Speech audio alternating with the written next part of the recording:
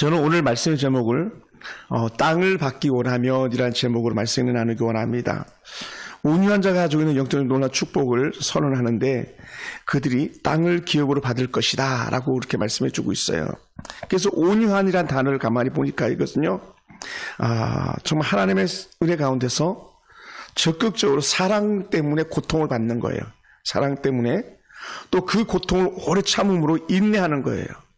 온화하고 부드러운 마음의 자세를 갖는 것이 온유하다. 고린도전서 13장을 제가 참고로 아침에 다시 한번 이렇게 찾아봤는데 뭐라고 표현했냐면요, 우리가 잘 아는 사랑은 언제나 오래 참고 사랑은 온유하며 이렇게 나가더라도 사랑은 오래 참고 사랑은 온유함이었는데 하나님께서 우리에게 주시는 은혜의 성품이 온유함이 이렇다는 거예요. 그래서 온유함에 대해서 예수님께 직접적으로 말씀하셨던 적이 한 번 더 특별히 있는데 그게 뭐냐, 예수님이 어떤 분인지 갖다 말할 때에 온유하다고 표현했어요. 뭐라고 말씀하셨습니까? 마태복음 11장 29절 보니까요, 나는 마음이 온유하고 겸손한 자다라는 거예요. 할렐루야. 마음이 온유하고 겸손하다. 그래서 온유한 사람들이 가면 그러다 보니까 어떻게 돼요? 예수께서 더 이어서 말씀하시는 쉼이 있더라는 거예요. 쉼. 평안함이 있습니다. 불화하는 자는요 힘에 겪게 하지만 온유한 자는요 평강의 은혜를 더해 주세요. 그래서 예수님께서는 온유하셨기 때문에 온유한 예수님은 사람들에게 쉼을 주시는 그런 특별한 은혜를 가졌어요. 그러니까 여러분 주변에 이런 사람들이 있으면 가까이 하시기 바랍니다. 어떤 사람이요? 온유한 사람들이요. 반면에 거칠고 난폭한 사람은요 멀리 하시면 좋을 듯합니다. 그래서 예수님이 온유하신 결과가 뭐냐 했을 때에 예수님이 온유하시다고 단대히 말씀하시고 그렇게 말씀하실 수 있는 결과는요, 온 땅의 소유가 다 주님의 것이라는 거예요. 할렐루야. 예수님께서 온 땅의 소유를 다 가졌는가 봤더니 예수님 자체가 온유하셨어요. 그러다 보니까 예수님께서 말씀하신 것처럼 온유한 자는 복이 있나니 땅을 기업으로 받을 것이다 이렇게 말씀하셨습니다. 이게 복이죠. 오늘 하나님께서 주신 은혜 가운데서 온유한 자가 땅을 기업으로 받는다고 이것은 선언해 주신 거예요. 그래서 여러분 가운데 온유한 성품을 가지고서 땅을 기업으로 받는 은혜가 저와 여러분 가운데 있기 원합니다. 할렐루야. 특별히 이 땅에 대한 것을 말할 때는요 반드시 짚고 넘어가는 장이 있는데 그게 시편 37편이에요. 시편 30편에는 땅 많이 나와요. 근데 시편 40편은 어떤 그 내용들로 구성되어 있냐면 아주 악하고 완악하게 나를 해하는 자들 때문에 너희는 인내하라라고 말하는 거예요. 그러면서 시편 30절 3절에 보면 이렇게 표현했었습니다. 여호와를 의뢰하고 선을 행하라. 땅에 머무는 동안 그의 성실을 먹을 거리를 삼을지어다 라고 했습니다. 여기서 의뢰하다라는 단어가 뭐냐면요, 하나님께 매달리다라는 거. 하나님께 매달리다. 꽉 매달려가지고 하나님께 모든 것을 말하라라는 거예요. 우리는 뭐라고 말합니까? 법보다 주먹이 앞선다 그러잖아요. 그런데 그렇게 하지 말고 너희가 억울하냐, 너희가 힘에 겨우냐, 화내지 말고 하나님께 말해 이렇게 얘기하는 거예요. 하나님께 말하라. 그래서 시편 30편 1절을 들어가면서 뭐라 표현했냐면요, 악을 행하는 자들 때문에 불평하지 말며 불의를 행하는 자들을 시기하지 말지어다 라고 말해요. 악을 행하는 자는요 우리 불평하기 쉬워요. 또 불의를 행하는 자들 때문에 우리는요 시기하기 쉽다는 거예요. 근데 그렇게 하지 말아라는 거예요. 우리는 악을 행하는 자들 때문에 마음이 몹시 불평할 때가 있습니다. 또 정말 그들 때문에 불평할 수도 있습니다. 그런데요 우리 하나님께서는 그렇게 하지 마라라고 말해요. 오히려 너희가 불평과 불만과 또 그렇게 힘에 겨울 때에 그럴수록 뭐라고요? 하나님께 말해라라는 거예요. 하나님께 말하라. 여호와께 말하라. 한번 우리가 찾아볼까요? 시편 37편 9절이에요. 우리 시편을 꼭 오늘 한번 이렇게 묵상해보고 지나가시기 바랍니다. 시편 37편 9절 말씀 한번 찾아서 볼까요?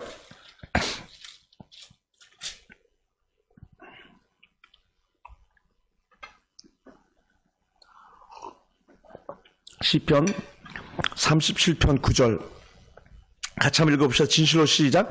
진실로 악을 행하는 자들은 끊어질 것이나 여호와를 소망하는 자들은 땅을 차지하리로다. 그러니까요, 내가 불평하고 그들 때문에 분노하지 않아도 그들은 자연히 소멸된다는 거예요. 왜요? 하나님의 진노가 그들 안에 있기 때문이에요. 그러니까 악한 자들 때문에 우리는 그냥 혼자 울기 원합니다. 혼자 사귀기 원합니다. 그러면 그것은 누가 갚아준다? 보응하신다? 하나님께서 하신다는 거예요. 하나님께서. 그래서 우리는 그것들 때문에 너희가 불편하지 말고 오히려 여호와께 의뢰하라 라고 말하는 거예요. 그래서 10절에 뭐라고 표현했냐면요, 악인은 없어질 때 그때 온유한 자가 땅을 차지한다고 우리에게 말씀해 주고 있거든요. 그러면서 또 37편 11절에서도요, 온유한 자는 땅을 차지하며 풍성한 화평으로 즐거워할 것이다 라는 거예요. 온유한 자는 결국은 그놈들 땅인 줄 알았더니 다 내 땅으로 옮겨오게 되더라라는 거예요.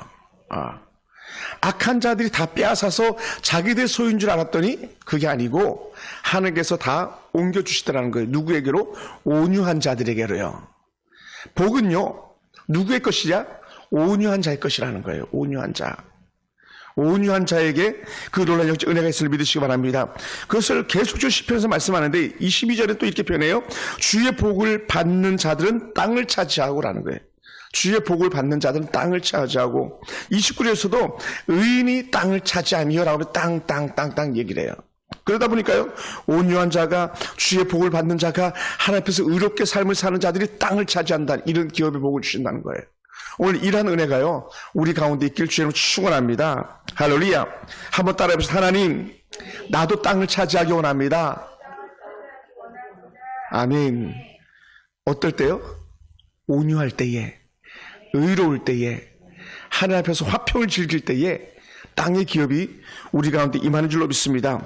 그래서 이스라엘 백성들은 땅을 기업으로 받은 자들이에요. 하나님의 복, 땅을 기업으로 받은 복된 백성들이었습니다. 그러다 보니까 아브라함이 땅에 대한 축복으로 시작됐어요. 처음에 가라, 그 땅을 내게 줄 것이다. 이삭에게도요, 가는 곳곳마다 이삭의 지경이 되었었어요. 지게표가 이삭을 향할 수 있었어요. 왜냐하면 이삭이 가는 곳마다 복이 넘쳐났거든요. 또 더 나아가서 야곱 역시 마찬가지입니다. 결국 땅을 받는 축복입니다. 요셉도 땅을 받죠. 그리고 요셉이 애굽에서도 역시 땅을 받잖아요. 어떻게 받습니까? 바로가 온유한 요셉에게 고센 땅을 주잖아요. 누구에게 주라고? 아버지 야곱에게 주라고. 그러니까 하나님 은혜 가운데 있는 사람들은요, 다 땅의 축복이에요. 기업의 축복을 받습니다. 이러한 은혜가 오늘 우리 가운데 있기 원합니다. 그래서 하나님께 주신 은혜 가운데서 온유한 자들이 땅을 받는다라는 것을 결국 잊지 마시기 바랍니다. 그런 의미에서요, 지금 러시아의 푸틴이나 아니면 중국의 시진핑이 땅을 차지하고자 몸부림치지만 그것은요, 의로움으로 차지하는 게 아니라 악으로 차지하려는 거예요. 뭐라고요? 반드시 끊어진다는 거예요. 반드시. 그들에겐 결국은 멸망밖에 없다는 거예요. 우선은 보기에 큰 땅을 가진 것 같지 않습니까? 근데 결국은요, 다 망해버리고 만들라는 거예요. 왜요? 그들의 머리에 하나님의 진노가 있기 때문에 그래요. 하나님께서 피 흘리는 자를 기뻐하지 않으시거든요. 제가 아는 어떤 예전에 오래전 아는 지인이 있었는데, 친구가 땅을 맡겼어요. 그랬더니 다 사기를 쳐가지고 다 자기 앞으로 땅을 돌려놓았었어요. 그러니 친구를 믿고 땅을 맡겼는데 다 자기 앞으로 돌려놓았으니 그 땅을 빼앗긴 친구는 얼마나 애통하고 원통했겠어요. 근데 반면에 그 친구한테 임시로 받은 땅을 갖다가 사기로 자기가 다 돌려놓고는 이렇게 고백하는 거예요. 그 땅 다 하나님께 내게 주신 복이라고 막 간증하고 돌아다녔다는 거예요. 근데 그 땅을 빼앗긴 부인이 앞에 있음에도 불구하고 그 부인 앞에서 하나님께서 내게 이런 땅을 주셔서 막 자랑을 해드리라는 거예요. 예. 장로 부인이 그렇게 하더라는 거예요. 장로가 땅을 빼앗았어요. 근데 중요한 게 무엇이 아십니까? 다 돌려받게 되더라는 거예요. 예. 남에게 빼앗았던 것, 그거 가지고 복 받았다고 자랑을 했던 것들이 다 잃게 되더라는 거예요. 예. 우리는요, 남을 속여서 취하는 자들이 아니고 우리가 때로는 빼앗길지언정 온유함의 은혜를 갖고 있다면요, 다시 다 돌아오는 줄로 믿으시기 바랍니다. 지금은요, 훨씬 더한 축복자가 되었죠. 예. 그 땅을 빼앗겨가지고 애통하면서 아버지 앞에 기도했던 사람이요. 다 되찾는 영적 은혜 복을 누린 것을 우리는 알 수 있습니다. 우리가 잘 아는 땅에 대해서 크게 실패한 그런 한 사람을 갖다 들으려면요, 우리 아합 왕과 이세벨을 들을 수 있습니다. 나봇이 가지고 있는 포도원이 너무 좋아가지고, 그것도 사마리아 성 가까이 있어가지고, 왕궁 가까이 있어가지고, 나봇을 볼 때마다 저 땅 내가 갖고 싶은데, 저 땅 내가 갖고 싶은데, 중요한 그 땅은 나봇이 가지고 있는 거예요.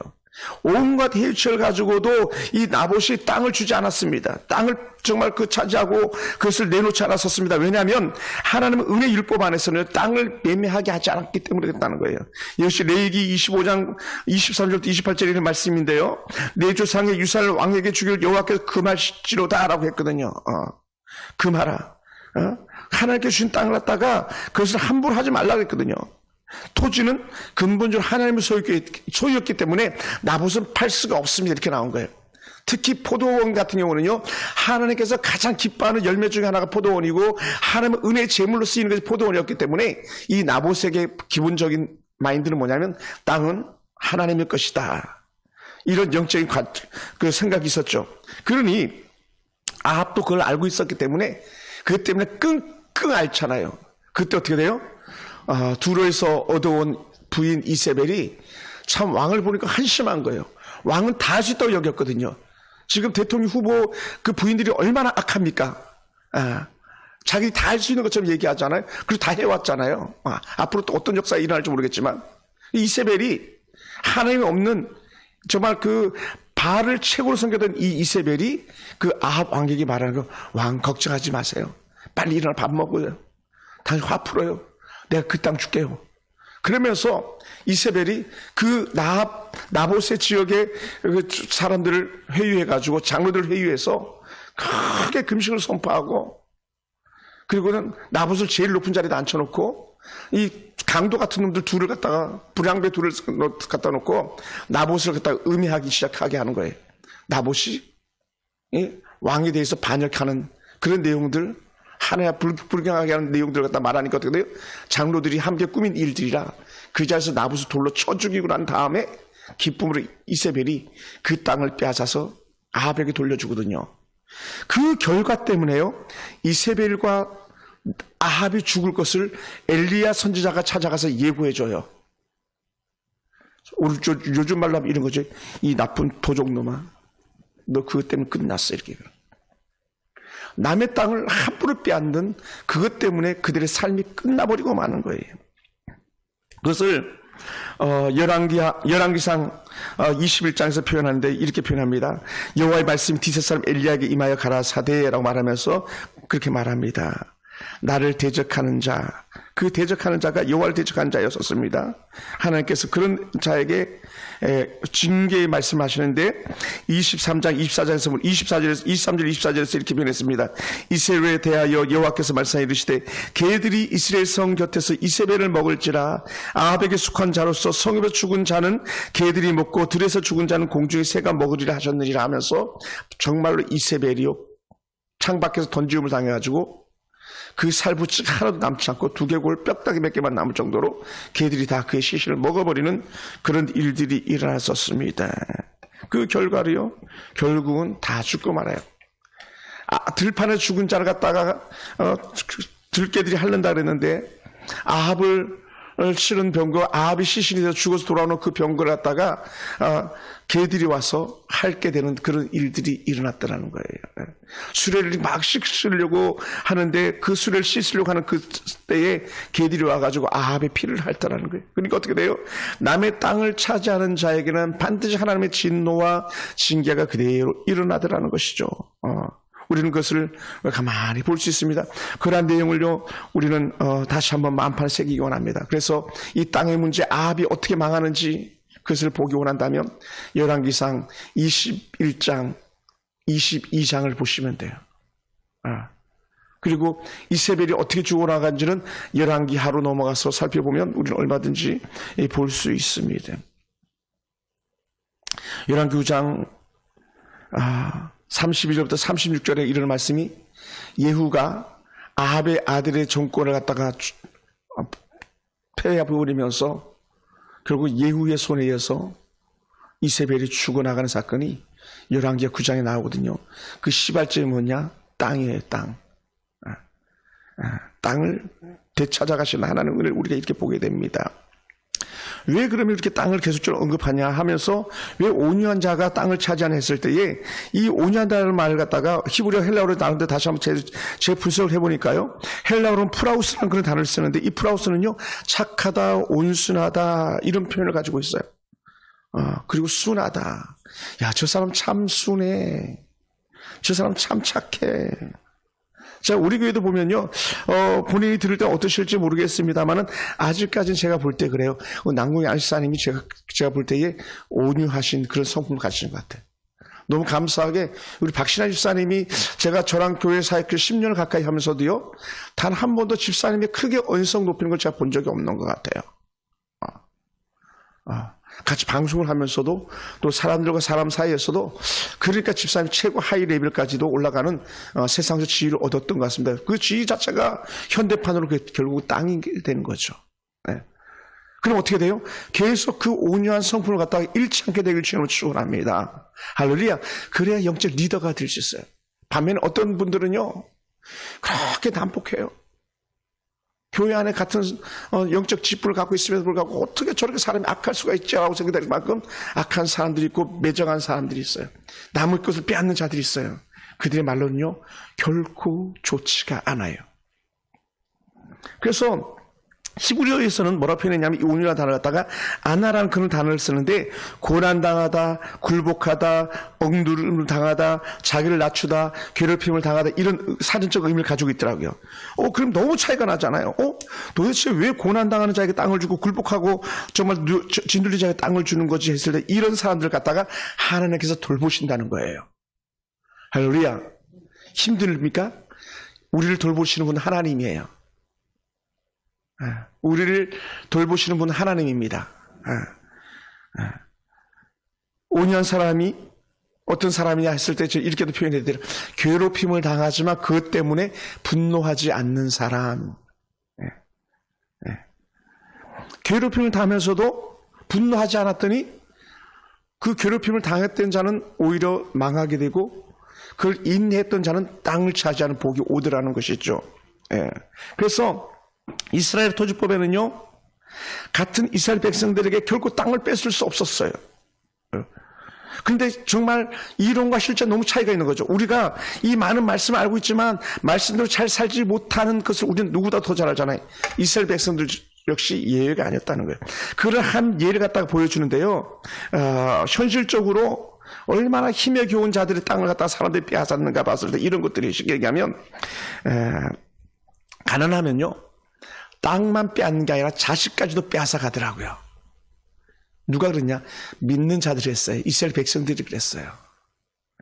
그런 내용을 어디서 볼 수 있냐면요.